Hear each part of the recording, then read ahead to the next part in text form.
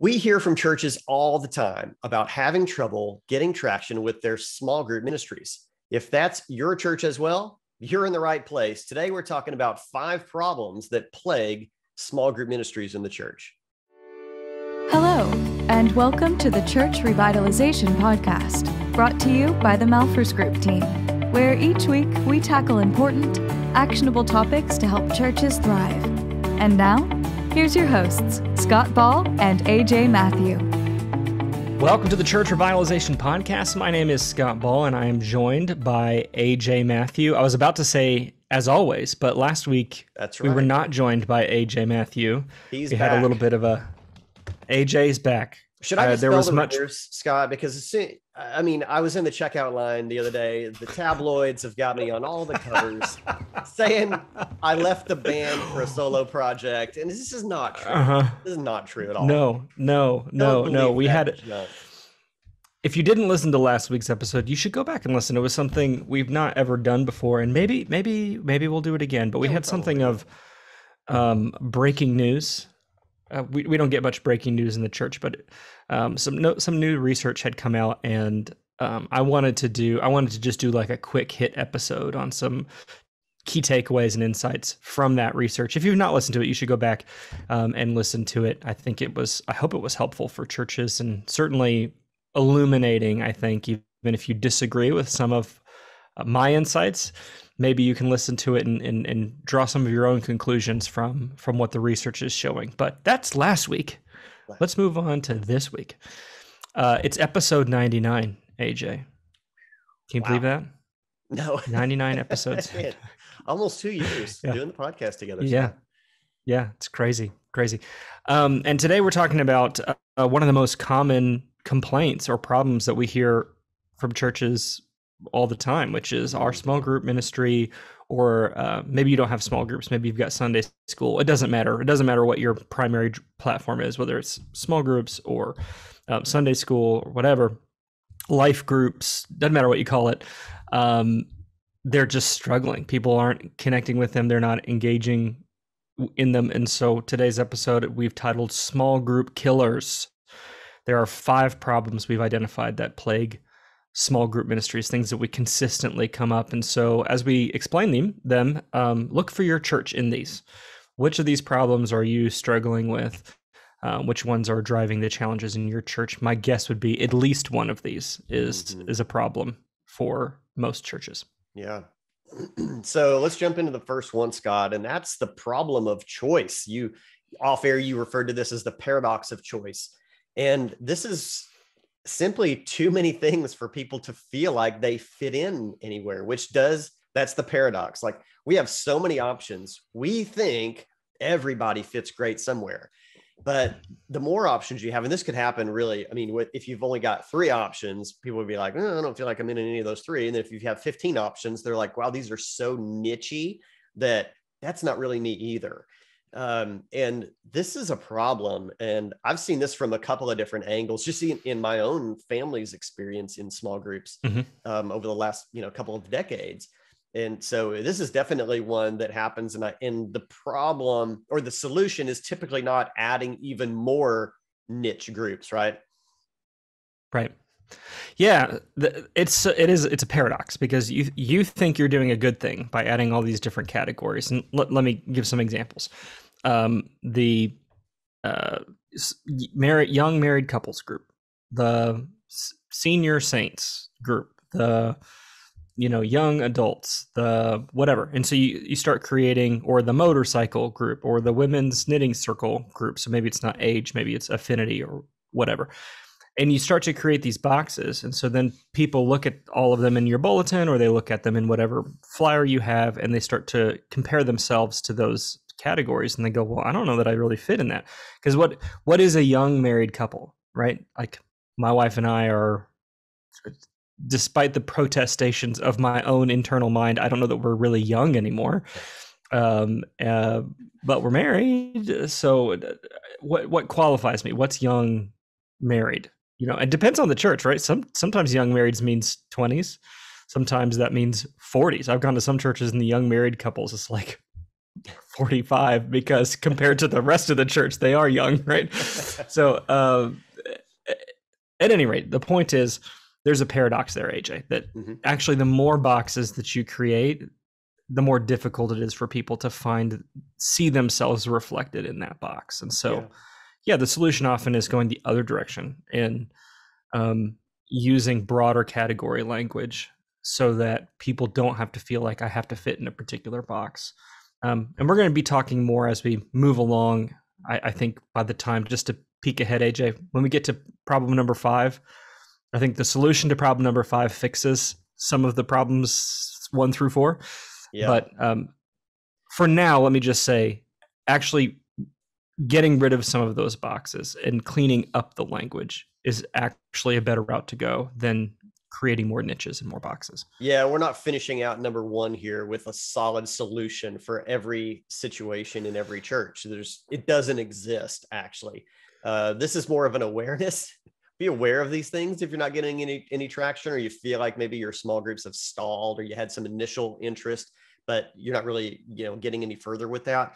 Put a pin in this one. Let's move on through our list, and then. Well, but hold on, before we move on, I guess to maybe diagnose if this is a problem in your church. Pretend. I know this is really difficult to do, but pretend for a minute that you are brand new to your church, and then look at the bulletin. And think about your own life and go, which box would I fit into? If I didn't know who's running these groups, if I didn't have any relationships at all, and you were to look at your bulletin, would you immediately go, oh, I know what to do? Or would you be confused about which class is the right one for you to be in? Yeah. So just do that simple exercise, and then that will tell you whether or not you have a problem. And I know it's difficult to be objective about something that you know really well. Maybe ask a friend of yours who doesn't go to your church and be like, look at our bulletin. Would you know which group is one you ought to show up at? Get their opinion. But my guess is most churches, it's not clear. And so that's a bit of a segue point into our second of the problems that we're talking about. And that's the communication problem. And so I want to kind of set this up with two angles of it being a communication problem. Number 1 is more of what Scott was just talking about. How do you talk about your groups? This could be in the name of the group, but also, does your church provide a description of a group? And how often are those updated? Because I've certainly seen some groups that the name of the group and the description of the group was created 10 years ago, and it is not the same group anymore. So what once was the early 40s is now the early 50s. And, their kids were in junior high and high school then, and now they're in college or out of the married. House. Yeah. and somebody shows up for the group and they're like, oh, they don't look like the description. So keep your communication clear about but having descriptions, I think, is key. Because that's the place that you could maybe talk a little bit more and people would understand a little bit better, maybe the breadth of people in the group, and not feel like this is specifically targeted, especially, spouses maybe crossing over a decade threshold. You got 2, 3, 4, 5 years difference in age. You're like, okay, well, he's, 42 and she's 37. Are we in the 30s group? Are we in the 40s group? Talk about that in the description, like, hey, we're 30s and 40s and this and that. So it still goes back to creating those boxes in the first place. I think is really unhelpful. Is it? Is a box correct for you or is it not? So the second communication thing that we want to talk about, Scott, is simply how do you talk about hold on before you 1 second. Okay. You mentioned naming groups. Yeah. Can I mention a pet peeve I have? Is it okay? Is this a safe space? Interesting group names, Scott. Well, I grew up in a church like this, and so I get it, but like the koinonia class, the bridge builders class, like what does any of that mean? Yeah. I mean, I know what the word koinonia means in Greek, but I'm saying, well, first of all, a guest would have probably no idea what the word koinonia means unless they grew up in church. But those names are really unhelpful. Like, I just don't even know what is a bridge builder. Well, What's a okay, and I've got an experience with that as well. When we first started going to our church, we're not there now. We were there for a long time. When we first started going there back in the late 90s, early 2000s, they had small groups with names such as Duff and Butler. And we thought, okay, it must be the name of the leader. Well, no, that wasn't it at all. Those were the names of elementary schools because they built around geography of people in that particular city that lived near an elementary school. And that's how they were connecting people. We're like, what's a Duff? That's not a person you're going to find. And we didn't live around any of those. So yeah, naming a group. If somebody was to just show up at your church this Sunday, look at your maybe menu of groups, would it mean anything or would it have to be decoded? Right. And so I'm not suggesting you can't name groups ever or what, I mean, because there was at least some logic behind that, right? Like the geography. You're right. But that could have been communicated better up front so that you weren't totally confused when you first encountered it. Yeah. And so, sorry, I just wanted to, before we moved on to the second aspect of the communication problem, I just wanted to mention that if you're going to name your groups, it needs to be either so self-evident that people can't miss it, or you have to do a good job explaining what it is that you're talking about. Yeah. And confusion kills. We call these small group ministry, but confusion kills small groups. I mean, the more friction that you create between someone who's new and getting into a group, the less likely they are to get into a group. And titles, names, categories, group, all these things we've talked about so far, they're all just creating friction. So do you want them to connect into a group or not? And very often we think we're doing a good thing. Look, this cool name. Look, these categories we've created. We think we're doing good things, but we're actually creating roadblocks between people and connecting in groups. Yeah. So, and there's an element of inertia, when somebody first comes to your church. I mean, they're an object in motion. They took a step towards you. They're investigating. They're looking around. If that wheel is allowed to slow to a stop, and by that I mean not getting connected in a small group, it's going to be a lot harder to begin that motion again of them continuing to engage with you. So, yeah. Yep. Okay. The second aspect. We can move on now to the next problem. Now we're talking about just in general, how do you talk about groups? And we'll go into deeper on this, in the next few points as well. But we talk about this from the aspect of a discipleship pathway, which is a key element that we work with churches on in our strategic envisioning process. But once a church has developed a discipleship pathway, you should always be communicating in any particular step what the next best step is for people to take. So if your church has, some kind of a large group gathering worship step as step one, and your connection step is your groups in step two, then you always need to be talking about connecting in groups when people are gathered together in that worship step. So that means every Sunday morning it gets mentioned. You know what? Hey, if you're not in a small group ministry, we would love for you to do that. And here's why. Here's the benefits to you. Here's the benefits to the rest of the world because you'd be growing in that aspect. So always be talking about your groups in the place in which you need to get people to take that step. And in the way that you're going to reach the largest audience with the least amount of effort.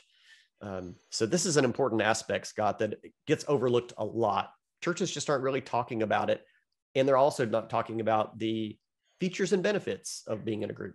So actually, that's a good segue to problem number 3. So let's move on to that one because we'll talk about it here. The priority problem. Yeah. So the premise here is that the spiritual junk food is easier for families, and it gets special treatment and special marketing. So that sounds abstract. So let's take it to the concrete. You've decided you're going to have a family cookout event at your church. Well, it's on August 15th. Okay, so it's on a specific date. It's just happening one time. So immediately this triggers all these things, all these machinations in your church and in your own mind where you think, okay, we got to promote this. We got to get a graphic together. We got to get it up on the website. We're going to load it up on Facebook. And is there anything wrong, AJ, with a family cookout, church family cookout? Sounds like fun. Inherently.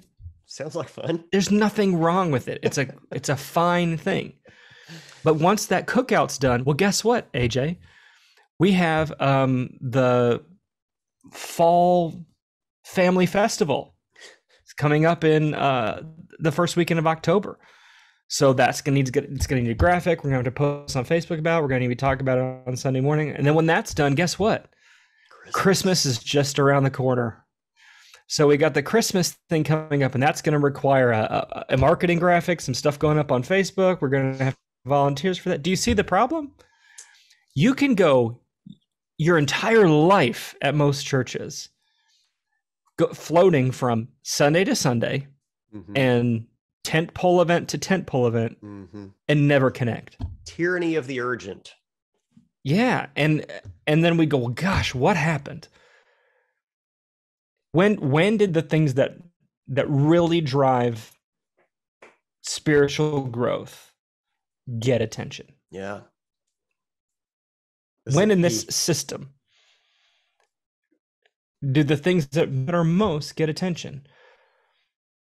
Never. And we go, gosh, I wonder why are people not taking deeper steps?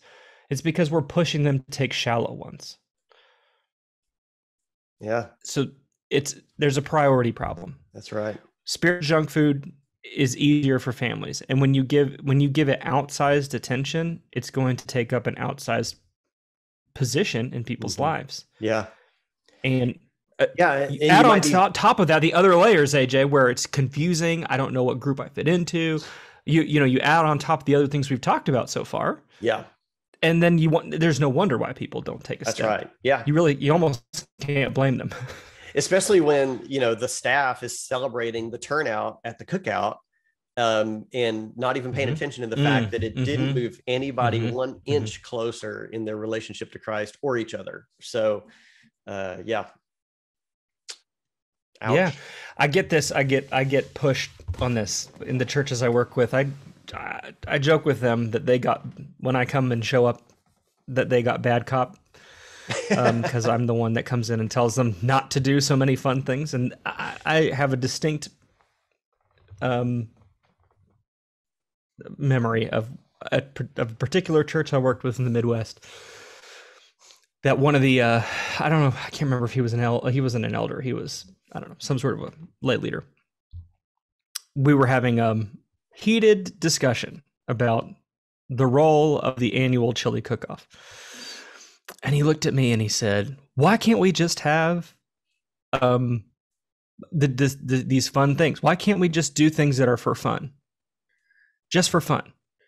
And I said, because your church is addicted to fun and it's killing your church.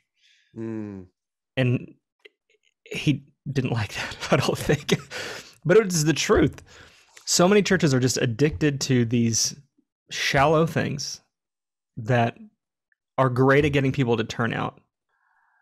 And those can play a role. I'm not trying to poo-poo those things, but you gotta get first things first. And if you can manage the first things well, then you can handle those other things and use them as bit players to serve a larger purpose. But yeah, there's too much spiritual junk food in churches, and it's killing. Junk food kills people. Spiritual junk food kills churches. Yep. All right. Number 4 is the stranger problem. And that's, how are you going to get new people connected? And what barriers are there? Have you really thought this through? What are the entry points in which people will take a step out of the crowd and into a small group? So this has got to be thought out. These aren't going to happen on their own. People are not going to even probably seek them out. Now, you might get some transfer from some other church. They're like, oh yeah, we definitely want to get connected in a small group. But others, the other 99%, hopefully, that are coming to your church that aren't transfer, there's got to be a system in place for this, right, Scott? Yeah. The irony again here is that we have a system that keeps people into the crowd, right? Very often, program-driven churches keep people in the crowd. They keep people unknown. You go from family cookout to family cookout. Well, they just sit with their family and maybe one other family that they know, right? These are not necessarily the best environments for getting to know other people, right? In fact, if anything, you've got like stranger danger with your kids. You're trying to make sure you keep your kids together. They're not walking off with some random people, right? So just going back to the previous one, continuing to go from just one big event to the next big event doesn't solve this stranger problem. And churches think that it does. Churches think, oh, we're going to have this big event. People are going to get to know each other. It's going to, you'll hear it all the time. We had good fellowship. Who had good fellowship? The people who already know each other and are in? Yeah. Or the people who don't know anybody? They may attended and thought it was fun, but they didn't have fellowship. That didn't happen. Yeah. Right? So at any rate, okay. We have to solve the stranger problem where we're actually driving people into connection. There's a good book. It's a simple book. It's Boomerang by Tyler Smith and Allison Hoffmeyer. Tyler Smith is the co-founder of Texan Church, which many of you, I'm going to guess, are familiar with. This is a good quick read. I think I read it in like 2 hours. It's a quick book. But one of the things that he mentions in this book is something called the 5D theory. I'm not sure if he's the originator of it or not, but he says that when people come to your church for the first time, they're showing up usually for one of 5 reasons: divorce, death in the family, displacement, like a move, disaster of some kind, or development, either for self, for children, marriage. Think the people who just had their first kid, and so they show back up at church, right? So they're thinking, oh, this is what you have to do. You need to take your kids to church. And it's usually one of these 5 reasons. If you can think through that lens, then what are the best opportunities for connecting with those people? So rather than creating these categories around age or content or affinity, think about problems that people have and create your initial connection points with people around those problems. People who just went through a divorce, a death in the family, who just moved, who want to develop themselves as parents or in their marriage or as themselves. This is why Financial Peace University always does well. Grief Share always does well. Divorce Care always does well. And oftentimes churches treat these things like they're side hustles that don't matter. Oh yeah, we happen to offer Grief Share, rather than seeing them as primary entry points into community for people who are new. Yeah. So reframing that, these are some potential solutions to the stranger problem, is creating these kinds of groups that solve problems for people. Yeah. And using them as filters into more sustainable groups. Right. Yeah. At least a stepping stone for sure. A stepping stone. Yep. Yeah. All right. Number 5 kind of brings a lot of these maybe into a little bit greater focus, and that is your church gaining focus. And so we're calling this the purpose problem. So taking a step back and reevaluating, why are we even doing groups? What is the reason for it? Maybe not the original reason, but what is the reason now? Why do we continue to have them? What outputs are we seeking to achieve by having groups? That's a tough question, and it needs to be asked because this then will drive the other things that need to be inquired about. If we've got a purpose in mind, an end in mind, now we can work backwards into, okay, what do groups need to look like if we want to achieve X, Y, or Z? And this is another key element of, especially working through our strategic envisioning process, right, Scott? Right. Developing a discipleship pathway, identifying what ministries are going to achieve your core values while staying on track with your mission and vision. So answering what in the world are we doing with groups is going to help understand then what do groups need to look like, how do we need to talk about them, and maybe who is going to fit where. Yeah, it's another one of these ironies where the end result may be the exact same set of programs. Okay, often it is to some degree, more or less. Yeah. Sometimes there's things that get culled away or new things that get innovated. But very often the end result product of what we're working with in a church is going to be a riff on what already exists. It's not going to be like something categorically new. What's new and what's different is why. Why are we doing this? What's the outcome, the discipleship outcome that we're trying to achieve? What are we measuring as success in this? And these success measurements are not attendance driven or engagement driven necessarily. They are discipleship driven. We want to see these discipleship fruits from the people who are engaged. And that shift of focus, that shift of attention is monumental. And it can take two churches who have on paper the exact same structure, the exact same programs, and get very different results. We can't underestimate why you do what you do, driving so much of what the outcome is of that. Mm-hmm. And so going back to framing this as a problem, what I see very often, and AJ, I know you do too, when we walk into a church that's, we're doing strategic envisioning with, they don't know why they do it. They're not sure. I mean, they have maybe like very vague descriptions of why, but they don't really have concrete. It's just what we've always done, or we read in a book it would be good to do this. Yeah, we saw not very many people were engaged, so we thought we would do this so we could drive better attendance. And so they have these shallow metrics, and it's driving shallow ministry. Well, you know what? I think a really clear indicator of that, Scott, and I know you see this as much as I do, and it's 99.9% of the time, there's no centralization of how groups function, what they teach, how they spend their time. Every group is different, and there's no really one person that would know what's really happening in any one of those. That is probably your biggest indicator that you need to step back and reevaluate your groups, because you should find uniformity. You should develop something that is repeatable, trainable. Uniformity of outcome, not necessarily, and quality. Not every group might be a little bit different in flavor, but you should get consistent discipleship results. That's the thing that should be uniform. And very often, you're right, the leaders have no idea what's going on in a group. They're just glad that it's happening. They're like, so long as it's happening, we don't even care. I mean, they could be, running sacrifices to Baal for all they know. But, but it's well attended, AJ. They've got 45 people in the group. It's fine. Whatever they're doing must be working. Golden calf set up every week, whatever. They're showing up, and so we have to have different metrics for success. And our metrics of success that are centered around discipleship will influence everything else that we've talked about. The number of choices and the kinds of choices we provide, the way that we communicate, the priorities that we have. It'll help to alleviate this stranger problem.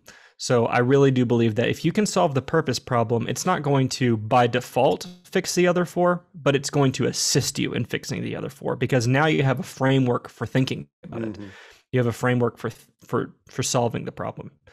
And that's often the primary thing that's missing in churches, is there's not really a framework for thinking about the purpose of groups and what it is we're trying to accomplish. And therefore, they're chasing